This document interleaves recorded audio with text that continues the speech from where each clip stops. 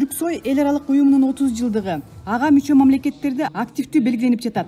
Уюм түзүлгөндөн бери түрк элдеринин биримдигин жана боордоштугун чыңдоо, түрк маданиятын келечек муундарга өткөрүп берүү, орток баалуулуктарды эл аралык деңгээлде даңазалоо жана жайылтуу багытында иш жүргүзүп келет. Эң башкы максатыбыз түрк дүйнөсүнүн маданияты бул адамзаттык цивилизациянын өзгөчө бир бөлүгү катары танытылып келет да. Ошол боюнча аракеттер болууда.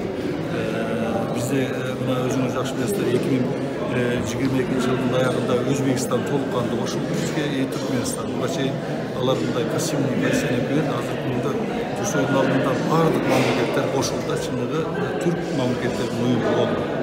Азыр кадырлыктуу уюм, биз ошол учурда дүйнөлүк белгилүү уюмдар менен Бириккен Улуттар уюму менен, ЮНЕСКО менен, ИССК менен чогуу өнөктөш катары ошол позицияга чыктык да. Кудай берсе алдыбызда көп иштер бар. Түрксой түрк дүйнөсүндө түзүлгөн алгачкы кызматташтыктын эл аралык уюму. Ал 1993 жылы Азербайжан, Казакстан, Кыргызстан, Өзбекстан, Түркмөнстан жана Түркия Республикасынын маданият министрлери кол койгон келишим менен түзүлгөн.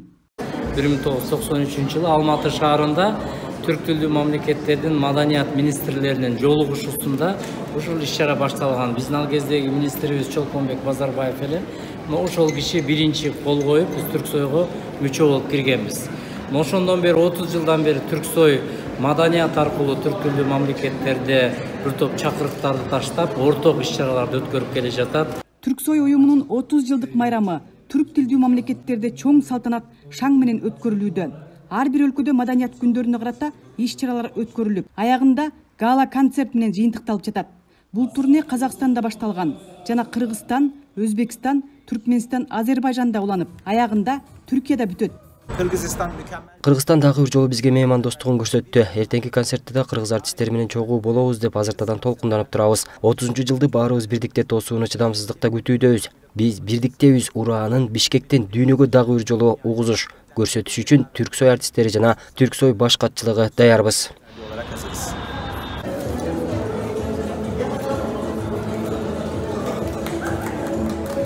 Кыргызстанда бир нече иш-чаралар өткөрүлдү. Бишкектеги Гапар Айтиев атындагы Улуттук көркөм сүрөт искусство музейинде сүрөт көргөзмөсү ачылды.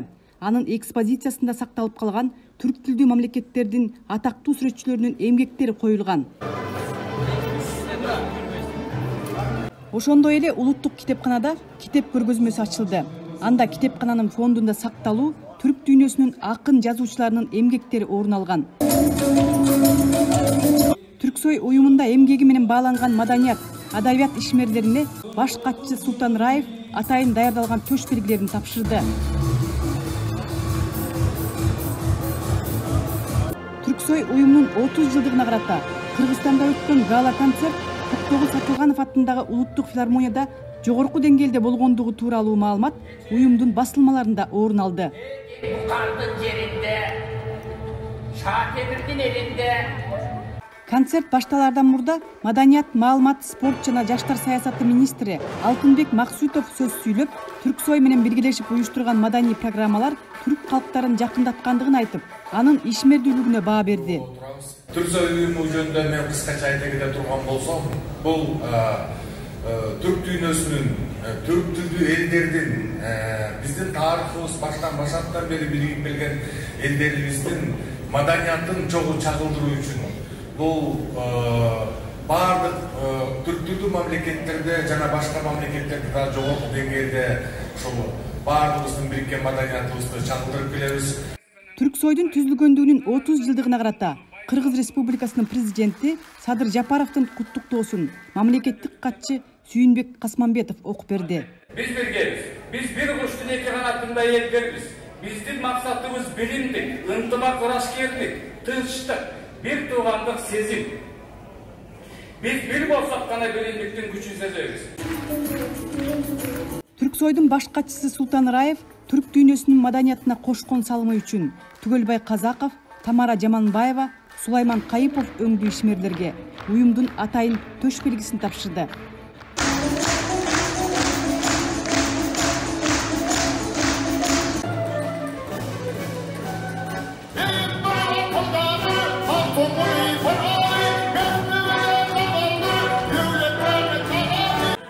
дүйнөсү калктарынын улуттук ыр бийлери, салттуу музыкасы залда жаңырып, көрүүчүлөргө рахат тартуулады.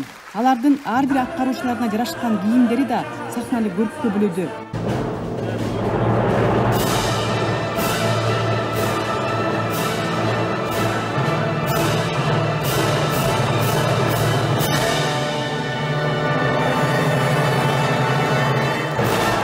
Енді қазақ елі осы жерге мереке би ел салтанаты деп алып келді. Ел салтанаты деген это торжество народа. Сондай өте керемет би, ән, халық әні, сондай бір керемет номерларды алып келіп жатырмыз. Қырғыз еліне үлкен рахмет, осындай жақсылап қарсы алып, қонақжайлығын көрсетіп жатыр. Барлық түркі елі, түркі әлемі жасай берсін.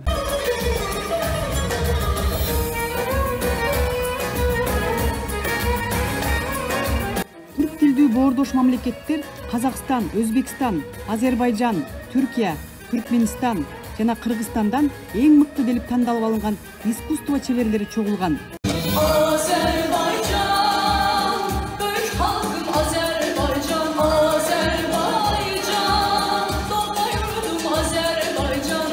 Biz Azerbaycandan bir neçə nəfər gəlmişik. Qrup başkanımız var. Vokal ifaçılığımız gəlib, vokal oxuyan. Bizim rəqs qrupu gəlib, devlət rəqs qrupu var. Ondan sonra məndən başqa xanım gəlib, vokal ifaçılığı var.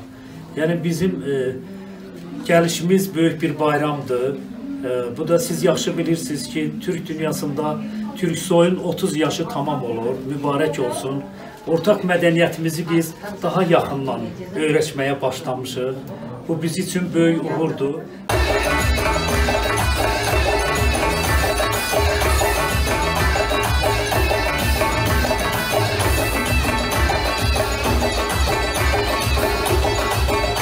Түрксойдун бул жолку мааракелик гала концертинин өзгөчөлүгү музыканттар, бий топтору, ырчылар ар бир элдин чыгармаларын айкалыштырып биргеликте аткаргандыгында болду дейт башкы режиссер. Андыктан биз биргебиз деген аталыш да ошол себептен коюлган.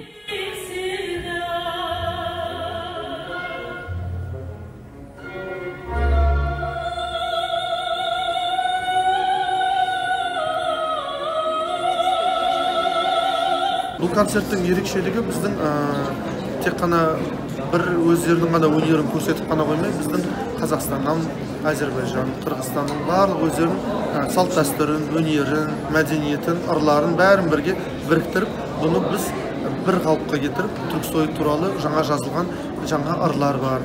Түрксойдың 30 жылдық маршы жазылды, гимні жазылды. Сол гимн бүгін премьерасы болады тоже.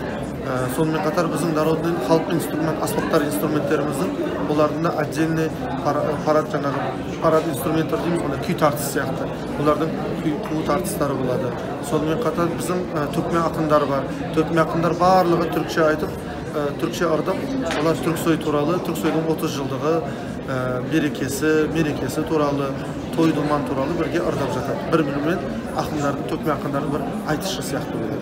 Сонда да билерде болса, бийчилерimiz барлығы мен қазақ, мен қырғызбын, өзбекпін деп бөлінбей, барлығы бір бүтін болып біргеміз. Сондықтан да біздің концертіміздің атын біз біргеміз деп атын солай қойдық.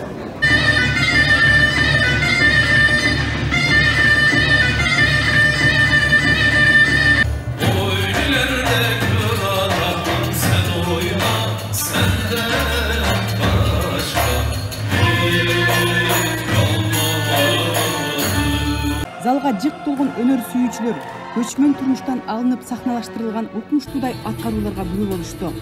Казак, кыргыз, Азербайжан, өзбек, түрк, опера жана балет чеберлери, фольклордук ансамбльдери, улуттук бийчилер, музыканттар, ырчылар бири-биринен өтүп, таланттарын тартуулап жатышты.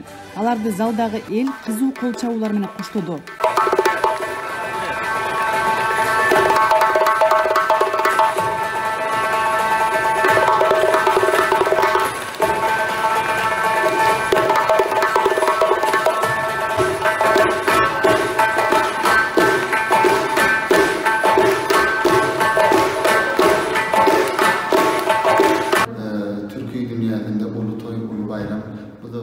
Түрк дүйнөсүндө улуу той, улуу майрам. Бул түрк сойдун 30 жылдык майрамы. Ушул улуу майрам түрк калктарынын бардыгын бириктирүүдө.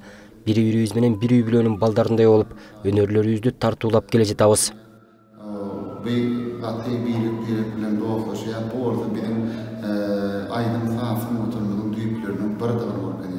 Türkiye'den bir Ege yöresinden Zeybek. Türkiyanın Эге аймагынан Кара деңиз бийлерин элдик ырлар менен кошо даярдап келдик. Кыргызстандагы концертибиз көпчүлүктүн көңүлүн бурдуруп, абдан мыкты болду. Буюрса башка өлкөлөрдө дагы ушундай жандуу көрүнүш болсо экен деп жатабыз. Келген коноктор, көрөрмандар биздин аткарууларыбызды коштоп колдошту. Кыргыз халкына Türkiye'den kucak dolu salam. Kırgız halkına Türkiye'den kucak dolusu selam. Соңунда Түрксойдун 30 жылдыгына арналып жазылган атайын жаңы гимндин бет ачары тартууланды.